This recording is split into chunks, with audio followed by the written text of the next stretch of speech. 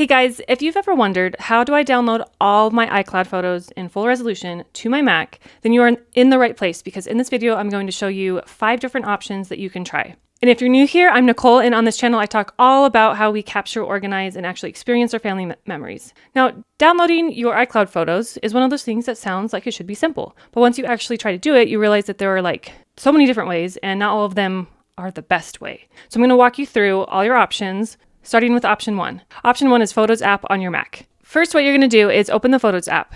Go up to the menu, click on Photos, and then Settings. And here we're going to click on the iCloud tab. Now, we want to make sure that iCloud Photos is selected, and then you also want to turn on or select Download Originals to this Mac. Now, what this is going to do, it's going to access all those full resolution versions of your entire library, even when you're offline, and it will store them here on your Mac. Now, if you have optimized Mac storage, this is basically just taking those full resolution photos and videos that you have. It's just replacing them with smaller versions. The full versions are always available for you to download from iCloud at any time. Full resolution version isn't on your Mac. It's in the cloud. So if you want all of your, you want the originals to this Mac, then you want to select this one. And this part is really important because if you don't select that, then you're just going to get those smaller optimized versions. So once you turn this on, your Mac will start downloading your entire library in full resolution automatically in the background.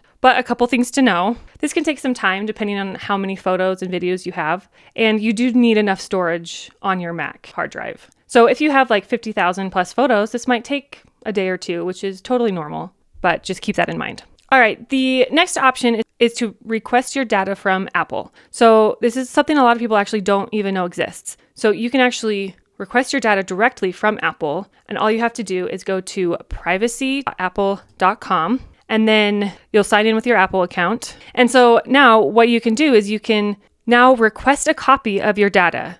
It's right here, so get a copy of your data. So I'm going to request a copy, and then I'm going to come here and I'm going to scroll down to iCloud Photos. And then I'm going to press continue. And this is basically saying what's the maximum file size that you would like to download. And it will basically divide all of your data into files of that size.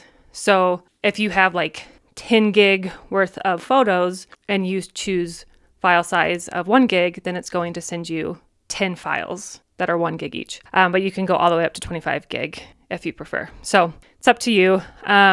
I'm going to do, just because I know I have a big one, I'm going to do 25. And I'm going to then complete request. Now, it says that when your data is ready, we'll notify you at your email. And take note that this process can take a while. So this can take up to 7 days. And it all depends on how many photos and videos that you actually do have. Hi, future me here. I just wanted to talk about what it looks like once Apple actually sends the files. So from the time that I requested the data to the time that they sent me the email is about 5 days. And remember, I have a ton of photos and videos, so there's a lot of data that they had to send. So this is what happens when if they send you the email, it'll say your download request is complete. You can come here to get your data, or you can go back into privacy.apple.com and it will show here. So you can get your data there, and it'll come in these different parts. So I have 18 different parts. So if I I'll start downloading this, and I'll fast forward so you don't have to wait.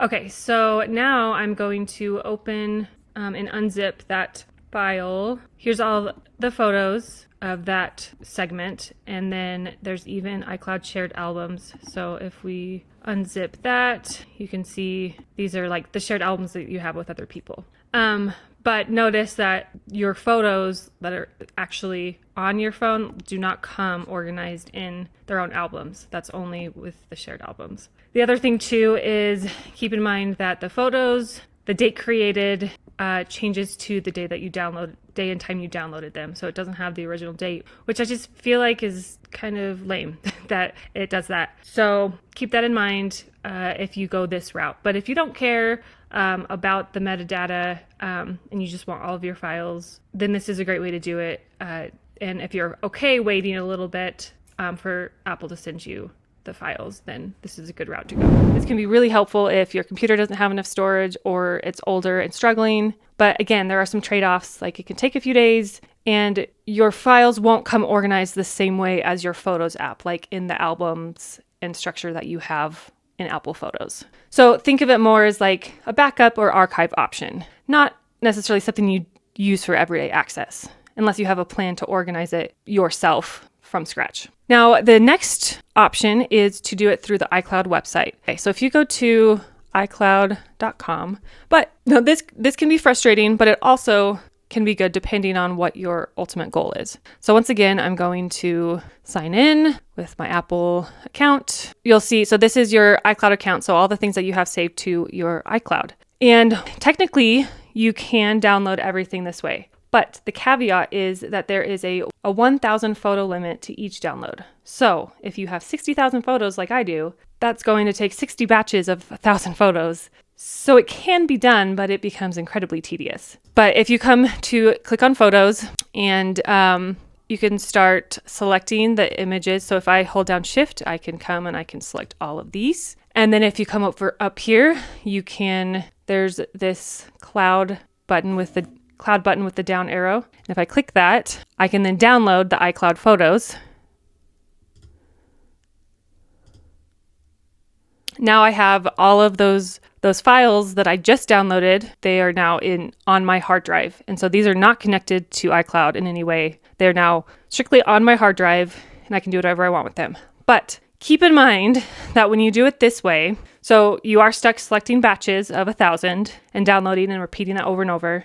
But also something that I don't like is that it takes the date of when you downloaded it from iCloud. It does not take the original metadata date of the photo. So I feel like it's something that should not be an issue, but I don't want everything to show up as like today when these might have been taken a different year or whatever, you know? So keep that in mind. That's not ideal. But if that doesn't bother you, then this is a way that you can download your iCloud photos from the cloud. All right, the next option is to transfer to Google Photos. So you can actually do this from privacyapple.com again. Instead of get a copy, you're going to transfer a copy of your data. So request to transfer a copy of your data and then choose what you'd like to export. So we would do iCloud photos and videos, and it's going to automatically to Google Photos. So click next. And this is telling me how many photos and videos I have and how big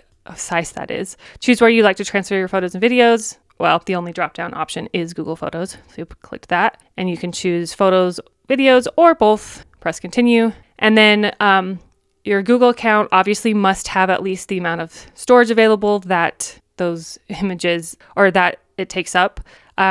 And so it won't copy them if you run out of space. But if I press continue, then it will have me sign in. So then you can select that, continue. So now see, it tells me one last review before I confirm the transfer. And once again, it tells me I have to have this much storage available. And then it tells me this will take between 3 and 7 days. Some requests may take longer, and you'll receive a confirmation. So I could then click confirm transfer, and then it will start doing it. And you'll just have to wait for the confirmation that it did it. So that's another option. And this can be useful if you're switching away from Apple or you just want to use Google Photos, because a lot of people do prefer Google Photos over Apple Photos. Our next option is to export to an external hard drive. Now, this one kind of builds off that first option, where once that your photos are fully downloaded on your Mac, so remember that setting, you want to have high resolution photos downloaded on Mac. So the flow would be download the originals to your Mac and then export those files to your Mac. So if I come back to photos, and after, once again, we have the download originals to this Mac is selected, all of those have already been downloaded in the background, then you can come and you can start selecting these images. You can come up to File, Export 12 photos, and this will tell you get to choose like your JPEG quality, the photo kind, the size, all that, and you can export it to a file on your hard drive, and then this is not connected to the Photos app or iCloud in any way. So those are some 5 different ways that you can download all of your iCloud photos. No, there's not like one super easy, just one click of a button and get all of your photos instantly sadly, but at least one of these options I hope will work for you and your situation. And a lot of it is more of a background process or waiting for Apple to send you those files. And once you actually have all of your photos downloaded, that's when the real challenge starts, which is organizing them in a way that you'll actually use. So if you're trying to figure out how to manage thousands of photos without feeling overwhelmed, I actually have another video that walks through exactly how I do that. And I'll link that here and in the description. But I hope that this helped. Let me know if you have any questions. And if you aren't subscribed, I'd love for you to subscribe because I will have more videos like this in the future. We'll see you in the next video. Thanks.